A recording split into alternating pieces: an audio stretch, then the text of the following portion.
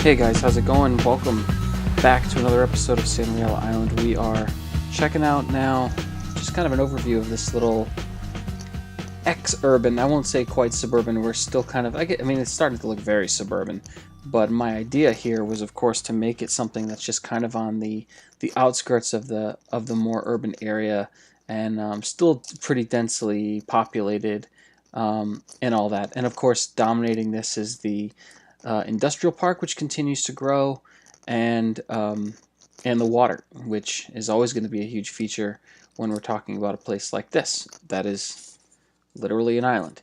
So a couple things I wanted to do in this quick live mode. First of all, I have, in my opinion, drastically upgraded the appearance by settling on the Cedar Valley 4K theme.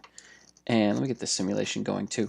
Settling on the Cedar Valley 4K theme and working with a new LUT, which is the realistic, and also utilizing the Rhodes mod, the Rhodes United Core Plus, which I'd had, but you have to go and reload your option for Rhodes. So I'm using the American Rhodes, American Plus.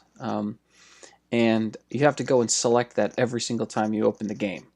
So I get lazy and I don't do that. So, but it does make a difference when you look at it, especially from this height. You can see the highways and how much more realistic that looks, at least to my eye.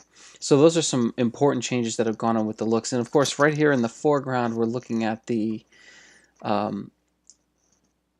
off-ramp, on-ramp, interchange area, kind of a diamond interchange that we had been working on in the time lapse that you just saw. And I'll come in a little closer so you can take a look at how. And I also have kind of an odd time of day for this. Let's get this a little more towards noon so we can get, that's good enough. So you can get a better look at it. This is what we had done here. And since that time lapse, number one, again, all the stuff with the LUT and the theme, but I've also upgraded the foliage that I'm using. So you probably noticed just from here some new trees, some better looking trees rather than just the vanilla ones that are already in the shot. So great stuff here, the great props, the guardrails, and also the chevrons that you can see. Whoops, I'm a little past it. The chevrons that you see here, just in the sharp part of the turn,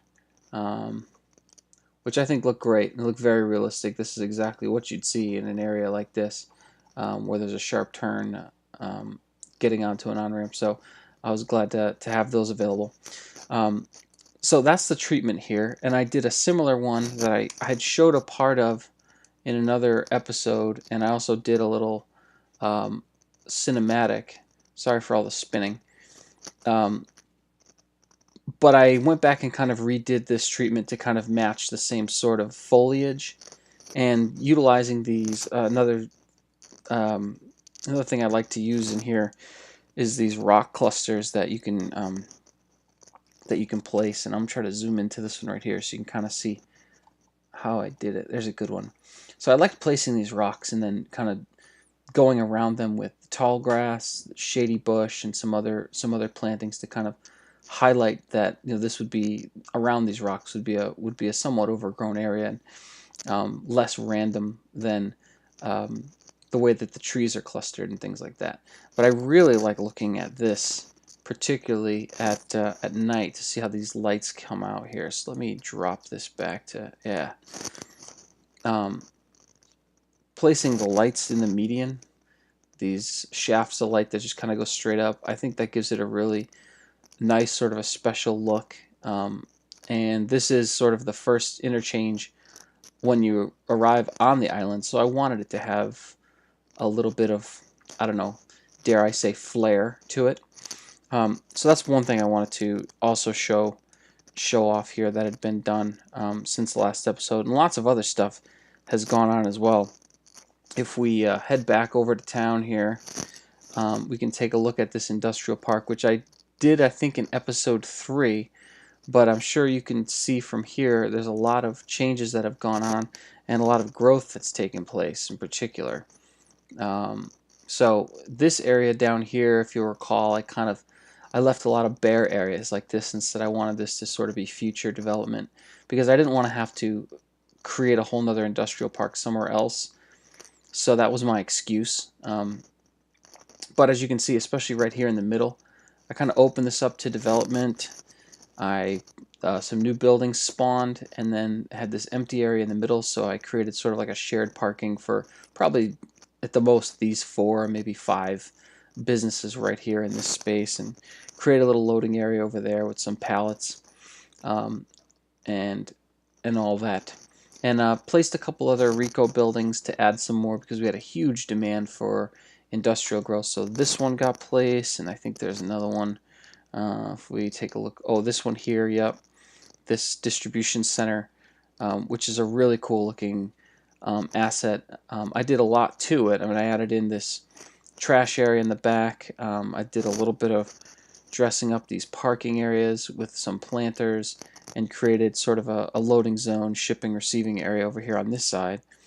But other than that, and created some parking for some trucks here and added some of the truck assets to the front here where the loading docks are. But for the most part, a really nice looking asset. And my plan is to do something possibly over here and maybe something over here as well before we finally close off this industrial park. So that's another place on the map where we've seen a lot of changes. I'm kind of going through all my episodes here because I've really spent some time sort of updating and upgrading a lot of the work that I've done. So let's just go ahead and take a look at what was in episode 3.5, which was this school and this library. Some slight changes here that I wanted to highlight. First of all, some lighting. So I'm going to drop us into another nighttime view here. Come on now. There we go. This parking lot here was extremely dark. So I went ahead and dropped just a street light style light in the back, back here to brighten that up. And then I figured there was this empty space. Let me go over here and turn around. There was this empty space right out the back window of the library, and I said, you know, there would be something there. And I said, this is a great place to put just a piece of public art that you could see out the window of the library that's visible from this nice walking path. And I put these lights. I think these are actually the same lights that I used on the highway over there, but to kind of highlight it. And even from a distance, when you get out, you know, this far, I think it looks really cool to have a public sculpture there, kind of in this isn't really a park, but I mean, it's not far from it. So so I like the way that came out. I think that came out pretty cool. So we upgraded that little area as well. And then just overall, let me take a look here. Let me show you. There's been a good deal of, whoops, too far. A lot of residential expansion. This apartment complex over here is going to be the subject of a future episode, so I'm not going to spend much time talking about that. But you can see we've added a lot of new houses in here, and this little cul-de-sac area down there, which is pretty sparsely populated. For most of this, I try to keep it somewhat dense. Down there, it's pretty much not. So I don't know how I feel about that. The way I designed this roadscape sort of fits the land because there's this ridge that goes right across the middle here. So I had to do something that fit into almost like this triangle space. And then there's just this little area down here. So just one little cul-de-sac seemed to work, but it's not, I don't know, I'm not entirely happy with it. It doesn't fit this area. It doesn't suit this area. And even this here, this cul-de-sac, doesn't suit. And I'm considering bringing this road over and just connecting it through or something.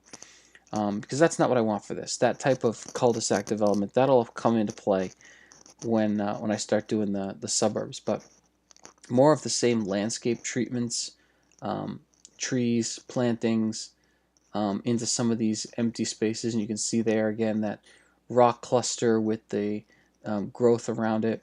Some of the new trees that we're adding in. I've got the tree privets. This is a tree by Breeze. I think it's a Breeze Tree 1 or something like that. The some of the weeping birch, really really cool stuff there. And the last thing I'll show is this over here. So I had dropped down the streets just with these paths, and then left them alone. I went through and just kind of drew them out a little bit, and again, staying away from like a grid. I ended up with this sort of octagon thing here, which is kind of cool, and the streets coming out all around it, and they're pretty close to all lined up as far as the angles being perfect, but again, we broke it up over here, break it up over there, and we're kind of accommodating this historical asset in the middle, so this one stretches just a tiny bit longer than it probably should in order for it to be a perfect octagon. But for the most part, especially when you look at it from here, this is the root of what the downtown streetscape is going to look like. So I'm pretty happy with that. Hey everybody, that's all for me from Sanriella, episode 5. Please check in for episode 6. Thank you very much. Enjoy these cinematics. My name is Ferris. I'll see you next time. Have a good one.